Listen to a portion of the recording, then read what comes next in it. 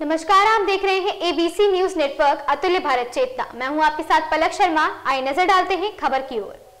राजस्थान विश्वविद्यालय के पूर्व छात्र संघ अध्यक्ष निर्मल चौधरी का बयान। निर्मल चौधरी ने भरी हुंकार। कांग्रेस युवाओं को साथ लेकर चल रही, युवाओं को काम में लेकर बेरोजगार करने का काम किया जाता है। आज देश का युवा राहुल गांधी के साथ है। एनएसयूआई का हर युवा देश के कोने कोने में हर युवा की आवाज उठाएगी। युवाओं की आवाज बुलंद करने के लिए, लड़ाई लड़ने के लिए हम तैयार हैं। प्रधानमंत्री नरेंद्र मोदी को किसान और जवानों के सामने झुकना पड़ेगा। एबीसी न्यूज नेटवर्क अतुल्य भारत चेतना के लिए जयपुर से संवाददाता मोहम्मद हनीफ की रिपोर्ट। मजबूती की मैं उन किसानों और जवानों के बच्चों का जो राजस्थान यूनिवर्सिटी के अंदर नेतृत्व करता था, उन्हीं लोगों के लिए काम करता था। एनएसयूआई के जवान और किसान के लिए काम करना चाहती है और मैं भी अपना धर्म किसान और जवान की मजबूती के लिए काम करना मानता हूँ। मांग करना बड़ा ठीक ही रहेगा। मैं राष्ट्रीय अध्यक्ष एनएसयूआई का अगर मेरी बात पूछे, मैं तो चाहूंगा 25 की 25 सीटों में मेरा एनएसयूआई का साथी चुनाव लड़े। लेकिन अब हम नौजवानों के छात्रों की बात करेंगे। जो पार्टी के हमारे हाईकमान, जो पार्टी को नेतृत्व ठीक लगेगा, उस पर हमारी पार्टी देगी निर्णय। अभी मैं बात आपसे भी करना चाहूंगा कि 25 लोकसभा से भी महत्व हमारे सामने जो चैलेंज है वो है नौजवान छात्रों का भविष्य। तो खासतौर पर कोटा से लेकर जो जयपुर तक की समस्याएं छात्रों की, नौजवानों की, उस पर हम कहूँगा ऑफिशियली अब हमारे परिवार का हिस्सा बन गए। उनका मैं बहुत बहुत स्वागत करता हूँ। साथ में हमारे ऊर्जावान जो नवनिर्वाचित हमारे प्रदेश अध्यक्ष बने अभी 1 महीने पहले, उनका भी मैं बहुत बहुत उन्हें आज के दिन बधाई देता हूँ। वो खास तौर पर हमारी प्रेस कॉन्फ्रेंस है निर्मल के साथ साथ अभी मेरे बाद निर्मल भी बोलेंगे, अपनी बातें रखेंगे। मैं बताना चाहता हूँ कि इस देश में वो समय चल रहा है जब जवानों के लिए ऐसी पॉलिसी बनाई गई जो जवान फौज में 18 साल की उम्र भर्ती होगी और 22 साल में रिटायर हो जाएगा। और वो पॉलिसी, वो स्कीम एक ऐसे प्रधानमंत्री जी ने ऐसी सरकार बनाती है जो खुद 15 साल से तो प्रदेश के मुख्यमंत्री हैं। मैं बार-बार बात को बोलता हूँ, लगभग 10 साल से इस देश के प्रधानमंत्री हैं, लगभग 75 साल उनकी उम्र है और वो बोल रहे हैं कि 4 साल में हमारा नौजवान साथी फौज में भर्ती होकर रिटायर कर जाएगा, जिसको ना उसका शहीद का दर्जा दिया जाएगा और ना और तरीके की जो उसके परिवार को सुविधा मिलती है। तो इस तरीके की उनके नेतृत्व एनएसयूआई का दामन मेरे थामा। प्रदेश की युवा शक्ति पीड़ित होकर मेरे पास हर रोज मैं सैकड़ों लोगों से मिलता था, तो अपनी भावना जाहिर करते थे वो लोग। वरुण जी से मेरी बात हुई तो इन्होंने मुझे भरोसा दिलाया कि आप मेरे साथ जुड़ोगे, संगठन का हिस्सा बनोगे तो मिलके देश के कोने कोने में जवान और किसान की लड़ाई मजबूती से लड़ेगी। आज इस समय में सत्ता में सरकार बैठी हुई किसान और जवान के साथ ही अन्याय करती है। देश की सेना को कमजोर करने का कार्य पूरे जोर के साथ भारतीय जनता पार्टी ने किया। उसका विरोध देश के कोने कोने में हम लोग सड़क पे संघर्ष करके उन लोगों को एहसास दिलाएंगे कि इस देश का युवा और किसान इतना कमजोर नहीं है कि आप उनको जैसे दबाओ, जैसे रोको, वैसे सहन करते जाएं। पिछले आंदोलन के अंदर सैकड़ों किसानों ने अपनी सादत दे दी। इस देश के प्रधानमंत्री मोदी जी ने अपनी हर दर्दिता के कारण उन सैकड़ों लोगों की, उन किसानों की जान, उन लोगों की हत्या इसलिए कर दी कि मेरा जो हक है मैं किसानों के सामने झुकूंगा नहीं। आखिर के अंदर किसानों के सामने उनको झुकना पड़ा। ये अग्निपथ योजना जिसकी वजह से पूरे देश के युवा पीड़ित हुए। गांव के अंदर बड़े मन से युवा तैयारी करते थे आर्मी में जाने के लिए, देश की रक्षा करने के लिए, लेकिन अब उनके साथ ये खिलवाड़ कर। मैं मानता हूँ कि अभी तक हमारी पार्टी का वो हिस्सा है। उनकी बात छोड़िए, जो लोग चले गए मैं उन पर पहले चर्चा कर लेता हूँ, क्योंकि जो अभी है मैं उस पर कोई अपनी टिप्पणी नहीं करूंगा। हमारे वरिष्ठ नेता जाने को कुछ करना कहना भी नहीं। आप देखेंगे जो लोग चले गए और कौन लोग हमारी पार्टी में आ रहे हैं। तो अगर आप देखेंगे एनएसयूआई को अभी हमने आगे शुरुआत नहीं करी है। आपको तमाम मैं समय बताऊंगा आने वाले हफ्ते में, आने वाले महीनों में, और ऐसे जो जवान हमारे छात्र नेता है वो हमारे एनएसयूआई का दामन थामने वाले। लोग जो जा रहे हैं उनकी मंशा क्या आपको जानने, वो बड़े व्यापारी हैं या उनके बड़े मजबूरियां हैं कि ईडीसीबीआई से डर के वो लोग भाग रहे हैं, या अपने बेटे को या किसी को पार्टी में एडजस्ट करने के सांसद की सीट के लिए राज्यसभा सीट के लिए भाग। और जो नौजवान साथी है जो सामान्य परिवार से आता है, वो किसान परिवार से साथी है, जो नौजवान आने वाला, जो जवान परिवार से नौजवान आने वाला, और जो नए उद्यमान छात्र नेता है वो एनएसवाई का दामन सामने है, वो हमें ज्वाइन कर रहे हैं। तो आप देखेंगे जो जा रहा है, जो आ रहा है, वो बहुत अच्छी ट्रांसफॉर्मेशन हो रही है।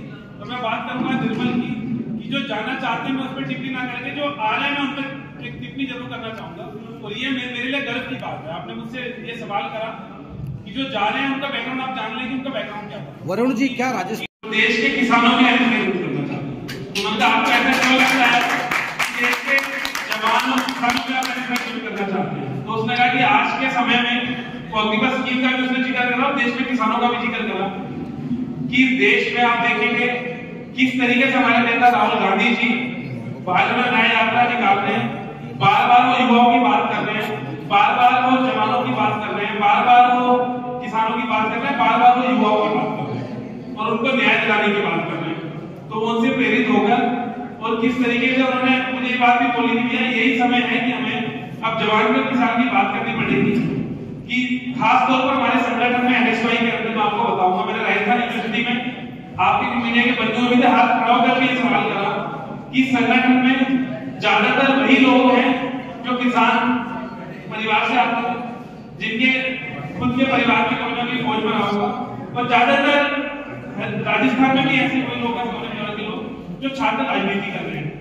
तो उसने कहा कि ये सब किसानों को जवानों को न्याय दिलाने के लिए मैं एनएसवाई का हाथ थाम रहा हूं। उसके साथ साथ मैंने भी आगे एक बात बोली कि हाथ तो थाम लिया है, अब तुम्हारे ऊपर डबल जिम्मेदारी भी आ गई है कि तुम्हें राजस्थान के साथ साथ देश भर में जो जवान है, किसान है, उनकी आवाज बनना है। तो जिस तरीके से राहुल गांधी जी नौजवान की, जवान की, किसान की लड़ाई सड़कों पर लड़ रहे हैं, उसको और मजबूत करें। तो मुझे ये उम्मीद भी है और ये मैं आपका स्वागत भी करता हूँ कि हमारी पूरी एनएसवाई की टीम, हमारे प्रदेश अध्यक्ष जाकर निर्मल चौधरी, हमारी तमाम एनएसवाई की टीम इस पॉलिसी को स्क्रैप करके रहेगी। हमारी इसमें मुख्य तौर पर दो डिमांड है। एक तो 1.5 लाख वो स्टूडेंट्स हैं जिनकी भर्ती प्रक्रिया पूरी हो गई थी और अग्निपथ स्कीम लाकर उनकी भर्ती प्रक्रिया एंड मोड पर रोक दी गई। लगभग 1.5 लाख बच्चे हैं कि उनको तुरंत उनकी बहाली करी जाए, उनको नौकरी दी जाए। जो इस देश की आबादी 60% है, वो अब एनएसवाई का हाथ थाम रहे हैं और राहुल गांधी के साथ चलने के लिए कदम से कदम मिलाने के लिए आपके सामने है। और मैं बताता हूं आज जो देश की हालत है उसमें एमएलए चुनाव लड़ना, एमपी चुनाव लड़ना वो बहुत छोटी चीज है। जो देश के सामने जो आप देखेंगे जो देश में हालात है किसानों की, नौजवानों की, युवाओं की, किस तरीके से आप देखेंगे। मैं राजस्थान की बात कर रहा हूँ, मैं कोटा में जाता हूँ, मुझे कल मेरी बात हुई कोटा की रूह काफी। उसने बोला कि मैं जिस हॉस्टल में जाता हूँ पहले मैं पूछता हूँ कि इस कमरे के अंदर, हमारे बगल में भी इस पर बात करी, जिस मैम कमरा पूछते हैं कि इस कमरे के अंदर किसी बच्चे ने आत्महत्या की है। ये कोटा की हालत देखते हैं कि नौजवान छात्रों की हालत देखते हैं। और जब मैंने निर्मल की भी ज्वाइनिंग कराई, हमारे नौ झारखंड की भी, हाँ राजनीति में पद मिलते हैं सब चीज है, लेकिन ये पद से उठ के काम करने का समय है नौजवान छात्रों के लिए। मैं मानता हूँ एमएलए एमपी तो बहुत छोटी चीज है, जब हम नेतृत्व जनता का कर लेंगे तो जनता में एमएलए एमपी अपना बनाएगी। वरुण जी, आप कांग्रेस के नेता नहीं, जो लोग जा चुके हैं बीजेपी में, मुझे लगा उनकी तो यही मजबूरी होगी, क्योंकि देश के सामने जो आज हालत है इस देश की, वो जब कांग्रेस पार्टी में थे कुछ ना कुछ कांग्रेस पार्टी ने जरूर कांग्रेस पार्टी में। आज जो जा रहे हैं तो आप उनकी मजबूरियां समझ सकते हैं। तो ईडी मतलब ईडी सीबीआई की मजबूरियां नहीं थी, वो मजबूरियां क्यों आप समझ सकते हैं। वो प्रेशर में डर के बाहर साथी थे, छात्र नेता, वो डरने वाले नहीं है, वो बिना डरे हमारी पार्टी में। कुछ ऐसा मानना है कि वो आप उनसे कुछ व्यक्तिगत जाके बात करें तो ज्यादा बेहतर होगा। इस पर मैं टिप्पणी नहीं करना चाहूंगा, जो लोग नहीं गए मैं उस पर भी टिप्पणी नहीं करना चाहूंगा, उनके बारे में जरूर बात करूंगा। और मीडिया के बंधुओं में बोलूंगा, खासतौर पर कुछ नौजवान मीडिया के साथ ही बैठे कि आप स्टोरी करना चाहते हैं तो इसमें एक स्टोरी भी करें। हाथ थाम रहे हैं आज के मुझे राहुल गांधी जी के साथ बात करने आज लोग चल रहे हैं, कौन लोग हमारे संगठन में आ रहे हैं, कौन जा रहे हैं, तो आपको नजर आ जाएगा कि देश में लड़ना चाहते हैं नौजवानों के, छात्रों के, किसानों, जवानों के लिए, वो कांग्रेस पार्टी में आते हैं। हमने वो चुनाव स्थगित करे थे, उस समय भी हमने अपनी मांग रखी थी। मेरा खुद आप सोशल मीडिया खोल के देखेंगे तो मैंने खुद लिखा था कि छात्र चुनाव पूरे देश में बहाल होनी चाहिए। अब हम दोबारा इस पर आंदोलन भी करते हैं।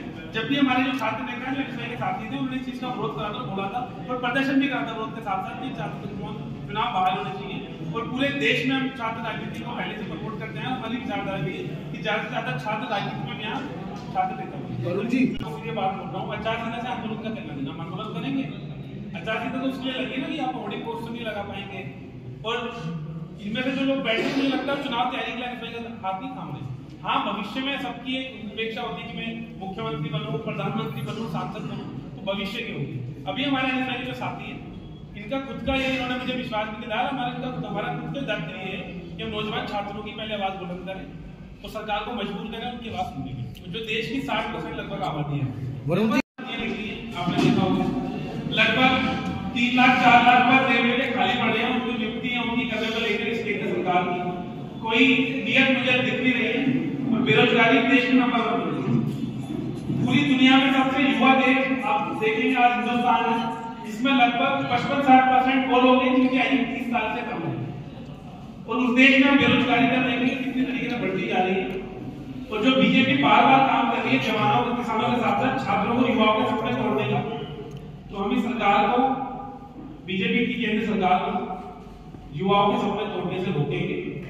तो सब देश के छात्र छात्राओं को इकट्ठा करेंगे और उनको एक नया सपना दिखाने का काम भी करेंगे, उनका सपना साकार भी करेंगे। तो इसी के लिए निर्मल ने भी हमारा हाथ थामा है। तो जाकर ने भी आपको हमारे कैंपेन के बारे में बता दी। अब आप लोग को पत्रकार बात करना रहेगा। इस खबर में बस इतना ही। देखते रहिए एबीसी न्यूज नेटवर्क, अतुल्य भारत चेतना।